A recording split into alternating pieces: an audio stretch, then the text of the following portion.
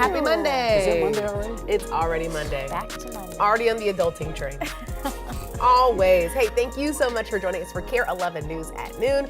We are starting the work week with some sun, some warm temperatures. Yep, I have very some nice. family in town from Texas, and they're like, oh my goodness, is it always like this? It's a cool down for them, I imagine. beautiful. It's not triple digits. Yes, shout out to the Johnsons. Hey, it's similar weather greeting lawmakers gathering today in Chicago for the start of the Democratic National Convention. That's right. It's all kicking off today, but continues through most of the week, so I'll break down the schedule in a little bit. First, let's get a look at the weather. I mean, we're feeling it. It's okay. It's not bad outside. We do have some Texas-sized heat in the forecast later this weekend, but until then, you can expect more or less seasonal temperatures. Each day this week is going to be very similar to the last. We're talking a good amount of this hazy filtered sunshine that you can see right now. It's currently 74 degrees. Dew points are comfortable in the lower 50s, so it feels nice outside. We're seeing abundant sunshine, and again, this is what's going to be in the forecast most of this week. Now, you probably are noticing it is clear, but it doesn't look very clear. There still is some wildfire smoke in the sky, but most of that is lofted up in the atmosphere. So our air quality right now is between good and moderate, and we should see some improvement as the wind turns from the south over the next couple of days. Our radar satellite composite doesn't show a whole lot happening.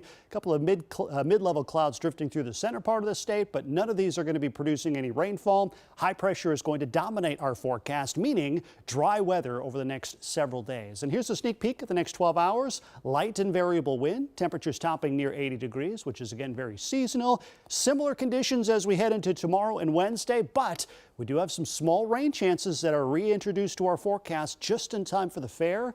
We'll time out that rain for you in your full forecast coming up. Alexis. Ben, thank you.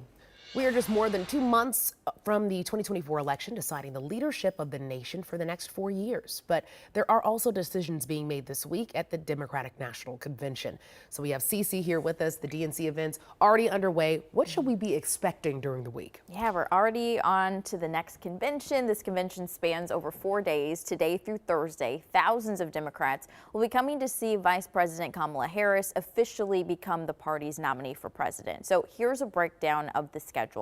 So today, day one, President Joe Biden is set to speak tonight. Sources tell NBC News that it's going to be a pass the torch moment where President Biden and Harris are expected to share the stage. There are many other big names set to speak this week too, including former President Obama and former President Clinton. On Wednesday, Governor Tim Walz accepts the vice presidential nomination. We were able to hear from Walz just a few hours ago at a delegate breakfast. We'll sleep when we're dead, when this is done, but not now. Not now. Because no one in this room wants to wake up on that next day and have anything except looking at your children, waking up to that sunny November morning and being able to smile and say, my God, we elected a woman president of the United States of America. And then everything leads to that main event on Thursday when Vice President Harris formally accepts her party's nomination for president. Coming up in 30 minutes, more on the events this week, plus more on the thousands of protesters expected to show up in Chicago, too. Cece, thank you. And we're getting a look at the extra security in and around the United Center in Chicago right now. Streets are closed in the area, and anyone driving nearby must go through security checkpoints. With several large-scale protests expected, city and state officials say they are ready for any possible unrest. Well, some demonstrations are already happening. Groups are calling on Democratic leaders to take action on issues ranging from the Israel-Hamas war to reproductive rights and affordable housing. Designated protest zones are in place, blocks from the convention's home base. Well, on the other side of the ballot, former President Donald Trump will be hitting several battleground states this week. He's hosting a series of what he calls messaging events. It's coming after criticism from some Republicans about Trump focusing on the wrong issues during his rallies. Sources tell CNN the events will be smaller and focus on 1 or 2 policy issues like the economy, crime, and immigration. Today, he will be back in Pennsylvania while campaigning there Saturday. Trump challenged the legitimacy of Harris's candidacy and called the convention rigged because President Biden is not on the ticket. 80 days from now, we are going to defeat a communist known as Kamala Harris. She's a communist. Most radical left person ever to run for office. This is not what this country needs. We've had enough of them. According to political experts, there is no rule saying there has to be an open primary process under these circumstances, leaving the Democrats to follow their rules inside the party. We'll stay with KARE 11 this week for all of your Decision 2024 coverage. KARE 11's chief political reporter, John Croman, will be live from Chicago starting tonight at 6. Minneapolis police are investigating what led up to 3 teens and an 11-year-old being shot inside of a stolen Kia over the weekend. It happened around 1 yesterday morning. Police Chief Brian O'Hara says a dark-colored car was following the teens and started firing at them from behind. 2 boys and 2 girls were shot. One is in critical condition but is stable. Police are now looking for whoever pulled the trigger and how to curb these types of incidents in the future. This is a tremendous problem we've been having over the last 2 years that I've been here. Juveniles involved in joyriding in stolen cars and then becoming involved in more and more serious crime. O'Hara says 2 of the kids in the car were arrested earlier this month in a stolen car. Another teen was in the car but was not hurt in this shooting. They were arrested. In the last 3 hours, the woman charged with murder for a deadly hit and run in Maplewood was in court for the very first time. Police say 34-year-old Ashley Couch hit 2 women with her car after a fight Wednesday night on Larpenteur Avenue. 23-year-old Zakira Anderson died at the hospital. A 22-year-old from St. Paul was also injured, but it is expected to be okay. Couch is also charged with assault with a dangerous weapon. Well, late last week, an electrical fire destroyed Quay's Kitchen in St. Paul. It was set to open in just 2 weeks. Today, KARE 11's Joe McCoy shows us the damage and what comes next. It's probably the hardest moment of my life. It's been a week since the dream of owning his own restaurant went up in flames for 24-year-old Eric Pham. I started working in restaurants around 13. The young restaurateur was a former guest of KARE in the Kitchen. His family owns Quang Vietnamese restaurant in Minneapolis. Quay's Kitchen in St. Paul was going to be Eric's chance to put his own stamp on the Twin Cities food scene. We were set to do a soft opening August 27th.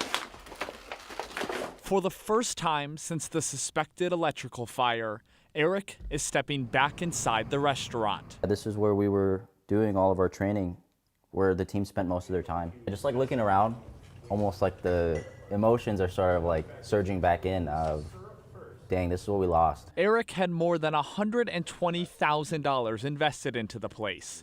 He and his team of 10 employees, along with some help from his dad, spent months of time making the place their own. We painted all the walls.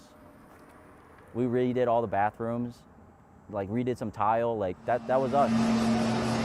This team was a full Gen Z team, 19 to 26. He hopes to recuperate as much money as possible from insurance, and right now is leaning on his family for support. Literally the next day when I woke up, my dad said, get up, let's go look at restaurants.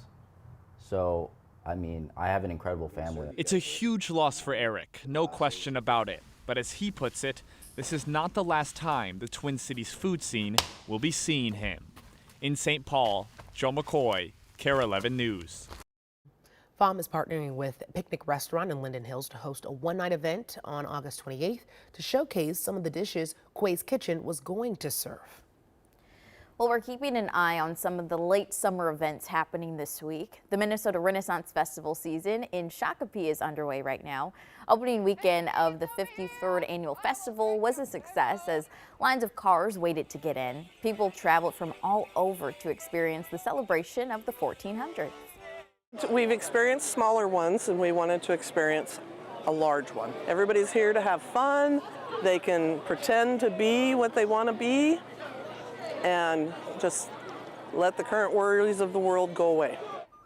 If you plan to drive to the festival, a pre-purchased parking pass is required. Otherwise, there are several park and ride options that will bring you to and from the festival. It will be open 9 a.m. to 7 p.m. each weekend for the next 6 weeks.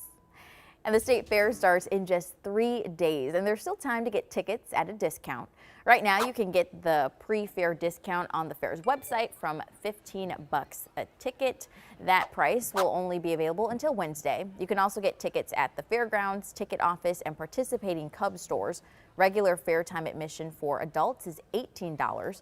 For kids between 5 and 12 and adults 65 years and older, it's $16. Kids ages 4 and under get in for free.